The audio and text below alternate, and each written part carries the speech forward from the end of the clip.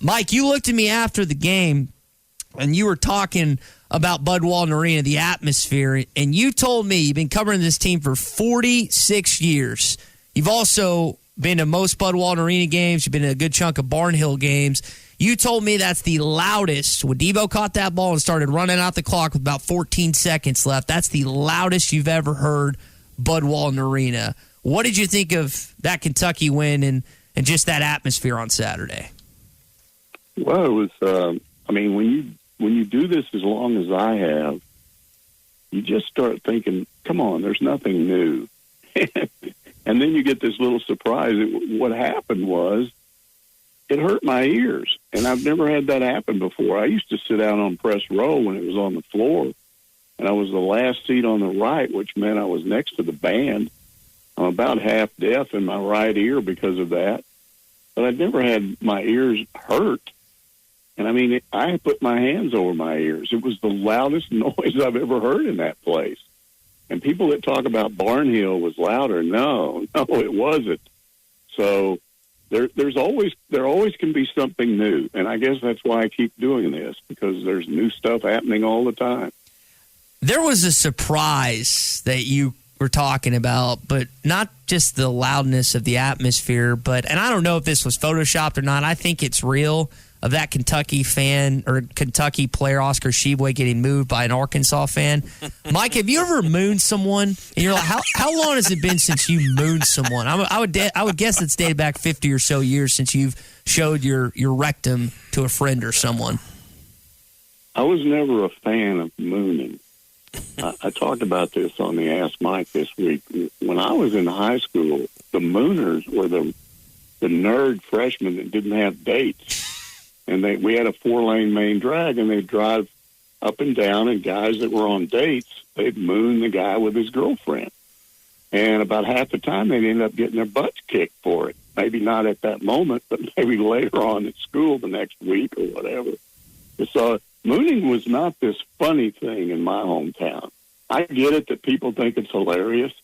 I'm reading all these comments after it happened on Facebook, and all these Razorback fans that I know are like, boy, this is hilarious. I'm thinking, really? That's kind of a bad image. But I was curious about whether or not there would be, like, any retribution against this guy. Is the athletic department going to do anything? Are they going to try to find him? And I haven't heard anything about that. I asked to be notified if they were, and the only comment I got from over there was they weren't aware of it when it happened. And had they been aware, they would have dealt with it, meaning I guess they would have kicked the guy out. But I've had people tell me that it's been done before. And I don't know, maybe it's always done up in the shadowy areas where you can't see it. I'm sure most people were never aware of it. There was a guy on Facebook claiming he was sitting right next to this guy and never knew it happened. So whatever. Can you imagine I wonder what the Monday staff meeting was like with Hunter Yurchek. If it drew laughter in the conference room, or if there was clutching of pearls about how they've ruined the sanctity of Bud Walton Arena. I think it depends on. I would think there would be a mixed reaction. Some people would think it was funny, and others would be horrified. It's just one of those things where you don't think about it much till it happens. You have to go back and re-examine your own attitudes about it. And, again, I think it's kind of weird, but I was talking to a friend of mine, and I said, well, where do you draw the line? What if you go beyond that? I mean, come on. At some point, a certain kind of behavior can't be allowed in the arena. But at least for now, I think they just kind of hope it will go away. Mike, you've more or less covered the Razorbacks. You have covered the Razorbacks my entire lifetime, and you've seen essentially the birth of this basketball program through the current day. Put in perspective for us with your experience and watching from Eddie Sutton to Nolan Richardson all the way through to Eric Musselman. Put in perspective what you've seen these first 3 seasons with Eric Musselman and this turnaround of this program. He had a good foundation that he came in with, but put in perspective his first 3 years versus Eddie Sutton, Nolan Richardson, Mike Anderson, the other coaches that have come in between, and what you've noticed being the difference this time with Eric Musselman. Well, one difference, he's recruiting on a Nolan-like scale and maybe even above that he's certainly recruiting better early than Nolan did. Nolan's recruiting got better and better after about the third or fourth year. So you got to start with recruiting. But I think the big difference with Musselman is the way he's connected with these students on campus. I mean, we've seen these videos on Twitter and Facebook where he goes to frat houses and plays pickup basketball with these guys and gets in line and brings them pizzas. And they love this guy. And then you got to give Hunter Yurachek some credit because they've done some things to allow the students to become more involved. And that needed to happen. Even when Bud Walton first opened, there were some complaints that there weren't enough students down in the lower level where they could affect games. And I remember Frank saying, look, there's a limit to what we're going to do here. We've still got to make money off those seats. We got to pay for this building. So I think we've evolved into a situation where they understand that if you have if you want to create the best atmosphere for your team and you want an image across the country that this is a tough place to play, you have to get the students involved. And I think he's done that better than anybody. I know there's going to be a lot of students in attendance in Bud Walton Arena tonight, Mike. What are you expecting from the seniors? I know that Muss said on his radio show, I think Monday, that he's not necessarily going to put Audice Toney and JD Notae in kind of that senior role because they still have a chance to come back next year. But for Chris Like, Stanley Amude, and Trey Wade, what kind of expectations do you have for those three and really those five guys tonight? It's always a mystery to me about things like that. I've seen seniors come in and have a great final showing in front of the fans. I've seen them lay eggs. It just depends how the game evolves. I do think when you ask yourself how far can this team go in postseason, you got to get more people involved. I mean, we have had games in which you had Jalen Williams and JD Notae just go off like in the Kentucky game. I mean, that Notae went to another level, and I think a lot of it had to do with the fact that J. Will was in there tied up with Sheboy, and they were doing their thing, and it allowed Notae to come in on the other side. I've never seen a game in which he had that many layups, that many dunks. He was really attacking the basket. But in order to go deep into the tournament, I do believe that Amude and Toney and Likes, you know, those guys are going to have you're going to have more balanced scoring.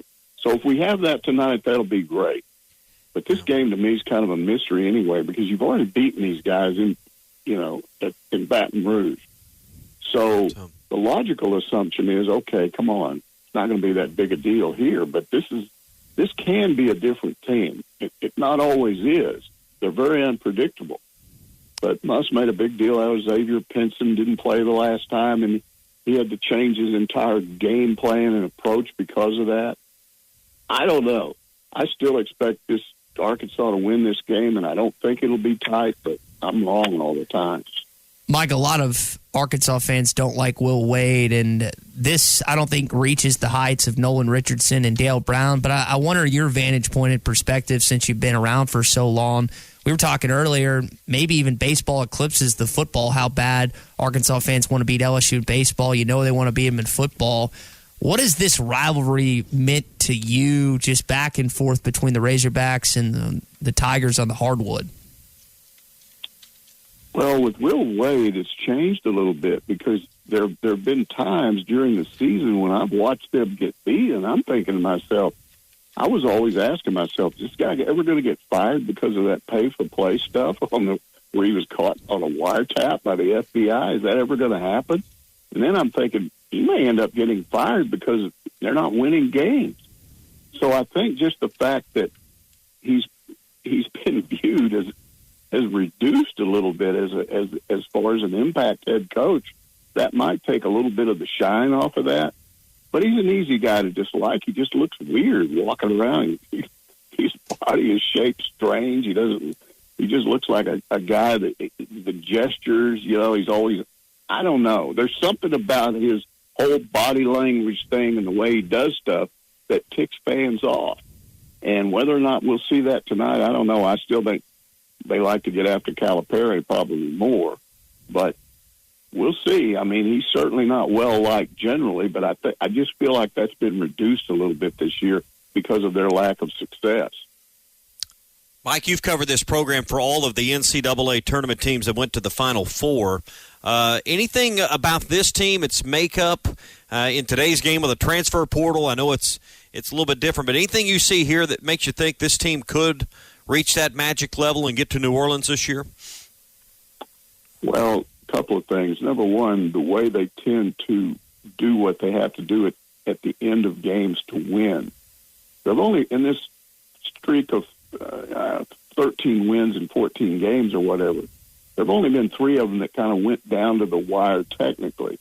But there were a bunch that were close with 6 minutes to go, 7 minutes to go or whatever. And there always just seems to be one person, 2 person, 3 players step up at the right time and break it open and get it up to 10 or 12 points. So I like the way they play when they have to. The other thing is they're pretty flexible. They win in a lot of different ways. Sometimes they can win with defense. Sometimes they win with inside points. Some nights they're shooting well. I think if you're flexible and you can do a lot of things, then you have a better shot. But I would say more than anything else, the defense they're playing, which is absolutely incredible. When you go back and look at some of the things they've done, the stat guy is always coming up. This is the first time this has happened in 34 years or whatever. And he gives all these weird numbers. But the defense tends to make me think they've got a shot at going deep into the tournament again. You've seen a lot of great individual performances. Put in perspective where JD Notae's game against Kentucky belongs kind of amongst those great performances. 30 points against Kentucky in a huge environment, a huge moment in SEC play. Where would you rank JD's performance amongst the all-time great performances at home for Arkansas players? Yeah, against a top, I guess they were 5, 6, 7, whatever, against a team that's ranked that high, incredible. And in fact, I had to go back last night and label all the plays because we put that stuff in our archive. So you have to go through everything that was shot and label the stuff you want to save. And I was just stunned, even though I saw the game, when I went back and had to label each one of these things that he did, these crazy layups where it's like an 8-foot layup where he comes around and just sticks that hand out and it goes way off the glass in the end. And then he had a couple of dunks, and there was Bob Holt was like, hey, my dunks, like he'd never dunked the ball before. It was just incredible to look at that. So I would rate it up there. I don't have a good memory bank of just remembering great performances by other players in the past. But when I looked at that video last night, when I finished, I just went, wow. I saw that happen live, and I didn't remember it like this. We'll leave it there. Mike, I know this is early for you again, so we really appreciate your perspective on Arkansas basketball and a variety of other things, and we'll try to do it again soon, Tay. And just a reminder for everyone, Ask Mike is now available on the Hit That Line podcast network. If you want to listen to Mike and Alyssa or Mike and one of the other team members there at Pig Trail Nation, you can do that now. Thanks, Mike. Thank you, guys. All right, good stuff from Mike Irwin, as always, Tommy.